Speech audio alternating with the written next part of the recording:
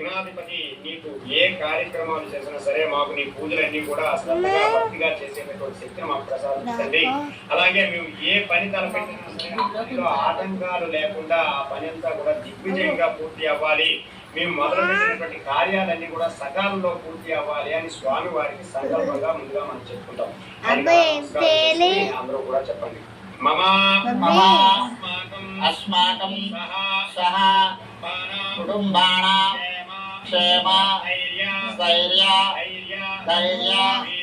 वीर्य विजय अभय आयुः आरोग्य ऐश्वर्य अभिवृद्धि सिद्ध्यर्थं धर्मार्थ काम्यमोक्ष चतुर्विध शुभफल सिद्ध्यर्थं मनोवांఛ सिद्ध्यर्थं धन कनक वस्तुवाहन अनुग्रह सिद्ध्यर्थं अत्यंत सामर्थ्यवंत क्रियाशीलन वैभवोपेत जीवन विधान सिद्ध्यर्थं मम गृहे शांति सौख्य सौभाग्य भाग्य योग्य औन्नत्यता सिद्ध्यर्थं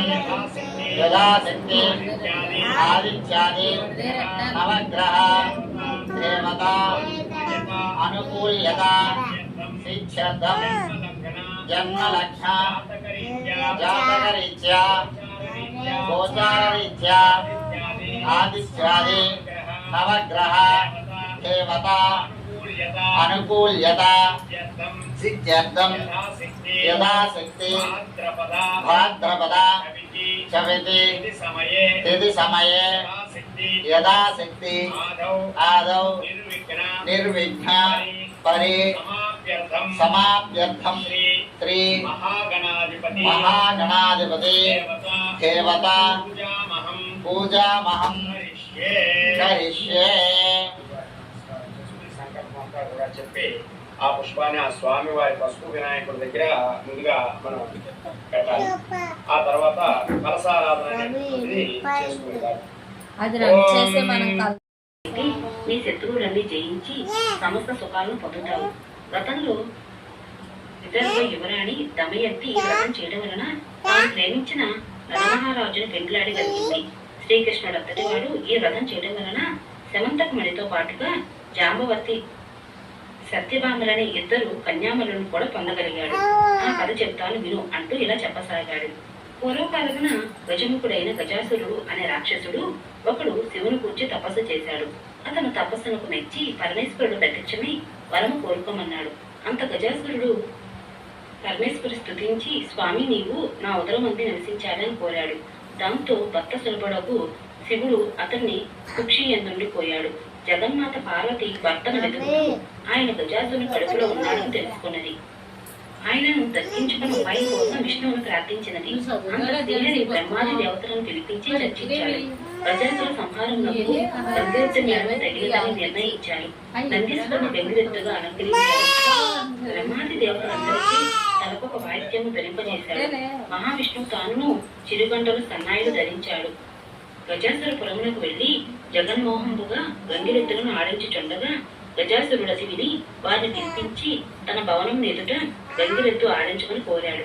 బ్రహ్మాది దేవతలు రసరమ్యంగా వాద్యాలను వాయిస్తుండగా జగన్నాటక సూత్రధారియకు నా హరి చిత్ర విచిత్రముగా గంగిరెద్దును ఆడించాడు. గజాసురుడు పరమానంద భరితుడై ఏమి కావాలో కోరుకుంటే ఇస్తాను అన్నాడు. అంతటి శ్రీహరి గజాసుని సమీపించి ఇది శివుని వాహనముగా నంది శివుని కనుగొనటకు వచ్చింది, శివుని అప్పగించు అని కోరాడు. ఆ మాటలను గజాసురుడు నివ్వెరపోయాడు. వచ్చిన వాడు రాక్షసాంతకుడు శ్రీహరిని తెలుసుకున్నాడు. తనకు మరణం నిశ్చయించుకున్నాడు. తన గర్భంలో ఉన్న పరమశివుని ఉద్దేశించి స్వామి నా శిరస్సు ప్రేమ పూజ్యముగా చేసి నా చర్మము నీవు ధరించు అని ప్రార్థించాడు. తన గర్భంలో ఉన్న శివుణ్ణి తీసుకువచ్చునని విష్ణుమూర్తికి అంగీకారం తెలియచేశాడు. అంత శ్రీహరి నందిని ప్రేరేపించగా నంది తన కొమ్ములతో గజాసుని చీల్చి సంహరించాడు. మహేశ్వరుడు గజాసురు గర్భము నుండి బయటకు వచ్చాడు. విష్ణుమూర్తిని స్తుతించాడు. దుష్టాత్మలకు ఇటువంటి వరమును ఇవ్వరాదు, ఇచ్చినచో పాపమును పాలు పోసినట్లుగా అవుతుందని సూచించాడు. బ్రహ్మాది దేవతలకు వీడ్కోలు చెప్పి శ్రీహరి వైకుంఠమునకు వెళ్ళగా శివుడు నందినెక్కి కైలాసమునకు వెళ్ళాడు. వినాయకోత్పత్తి. కైలాసంలో పార్వతి భర్తరాకుని గురించి విని సంతోషించింది. స్వాగతం చెప్పేందుకు స్నానాలంకార ప్రయత్నములను ఇతర నదులన్నిటినీ స్నానం చేసి ముందుగా తన వద్దకు వస్తారు, వారికి ఈ ఆధిపత్యం లభిస్తుందని చెప్పాడు. అంత కుమారస్వామి చురుకుగా సులువుగా సాగి వెళ్ళాడు. గజాననుడు అచేతనుడయ్యాడు. మందకమనుడైన తాను ముల్లోకాల్లోని నదులన్నిటిలో వేగంగా స్నానం చేసి రావడం కష్టసాధ్యమని తరుణోపాయం చెప్పమని తండ్రిని వేడుకున్నాడు. వినాయకుని బుద్ధి సూక్ష్మతను మురిసిపోయిన శివుడు ఫలదాయకమగు నారాయణ మంత్రమును అనుగ్రహించాడు. నారములు అనగా జలములు, జనములన్నీయు నారాయణ అధీనంలో అనగా నారాయణ మంత్రం అధీనంలో ఉంటాయి. వినాయకుడు ఆ మంత్రం చదువుతూ తల్లిదండ్రుల చుట్టూ ప్రదక్షిణ చేయడం ప్రారంభించాడు. ఆ మంత్ర ప్రభావమున ప్రతి తీర్థ స్నానమందున కుమారస్వామి కన్నా ముందే వినాయకుడు ప్రత్యక్షం కావడం ప్రారంభించాడు. ఇలా 3,50,00,000 నదులలో వినాయకుడే ముందుగా స్నానం ఆచరించడం చూసి కుమారస్వామి ఆశ్చర్యపడి కైలాసమునకు వెళ్ళాడు. తండ్రి సమీపమున ఉన్న గజాలను చూసి నమస్కరించి, తండ్రి, అన్నగారి మహిమ తెలియక ఆధిపత్యం అడిగాను, క్షమించండి. ఈ ఆధిపత్యం అన్నగారికి ఇమ్మని కోరుతున్నాను. చంద్రుని పరిహాసం. అంత పరమేశ్వరుడు భాద్రపద శుద్ధ చవితి నాడు గజాననునికి విఘ్నేశాధిపత్యం ఇచ్చాడు.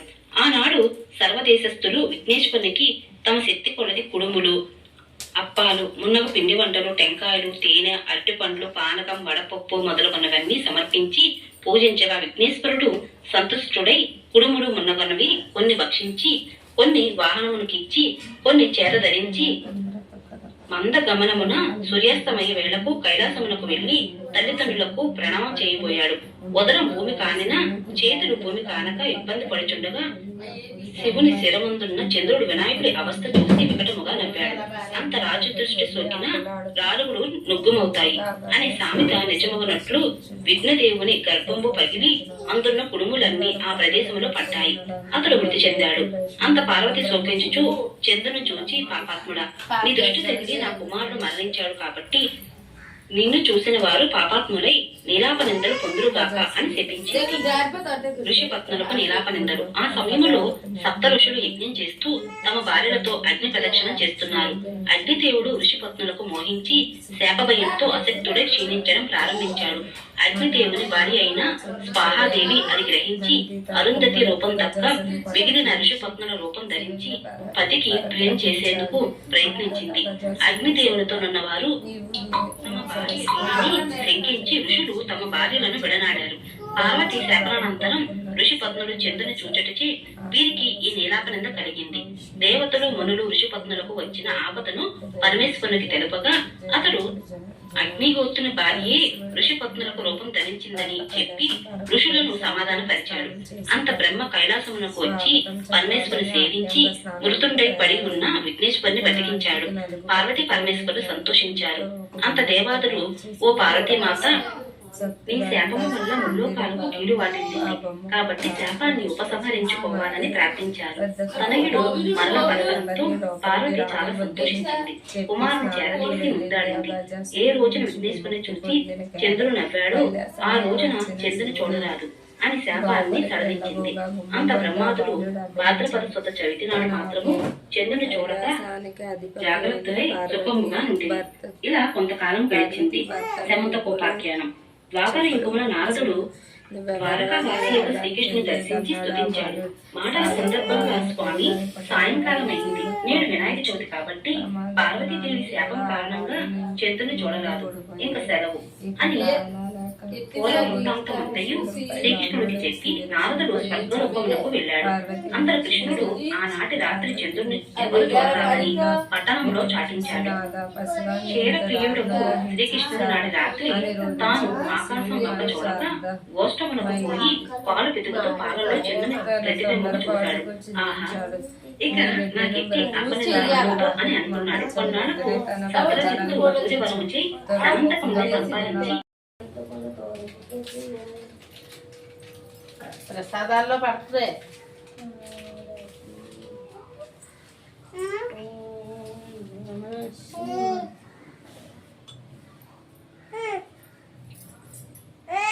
ఆర్తివా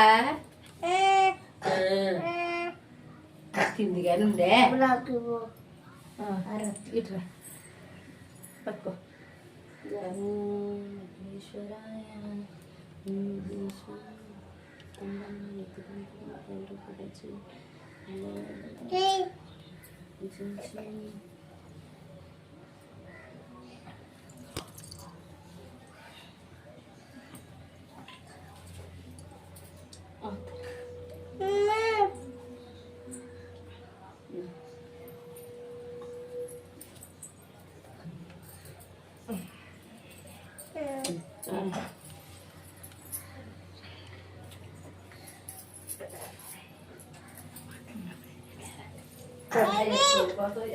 కొబ్బరికాయ తీసుకో